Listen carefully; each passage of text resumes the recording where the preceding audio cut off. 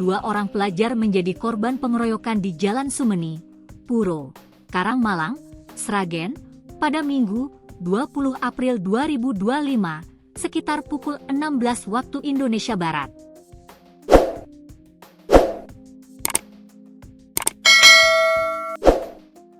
Aksi kekerasan ini diduga dipicu oleh stiker perguruan silat yang menempel di helm salah satu korban.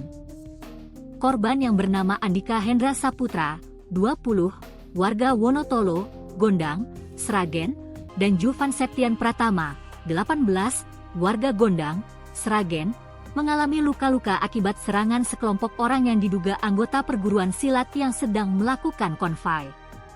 Kapolres Sragen AKBP Petrus Parningotan Silalahi menjelaskan bahwa peristiwa bermula saat kedua korban melintas di Jalan Sumeni. Keduanya terhenti karena terhalang kendaraan truk di depannya. Tiba-tiba, segerombolan orang menghampiri mereka dan menanyakan afiliasi perguruan silat yang mereka ikuti. Kedua korban mengaku netral, namun situasi berubah menjadi kekerasan setelah salah seorang dari kelompok konvoi melihat stiker di helm salah satu korban. Terdengar teriakan sebelum kedua korban diserang menggunakan berbagai benda, termasuk tongkat, toya, dan batu, serta pukulan dan tendangan tangan kosong, ungkap Kapolres. Akibat kejadian tersebut, Andika mengalami luka memar di kepala, dada, tangan, dan punggung. Sementara itu, Jovan mengalami luka di tangan kanan yang sulit digerakkan serta memar di punggung. Helm kedua korban juga pecah akibat hantaman batu. Kedua korban kemudian melaporkan peristiwa penganiayaan ini ke Polres Sragen pada 30 April 2025. Setelah melakukan serangkaian penyelidikan, polisi berhasil mengidentifikasi dan mengamankan 2 orang terduga pelaku.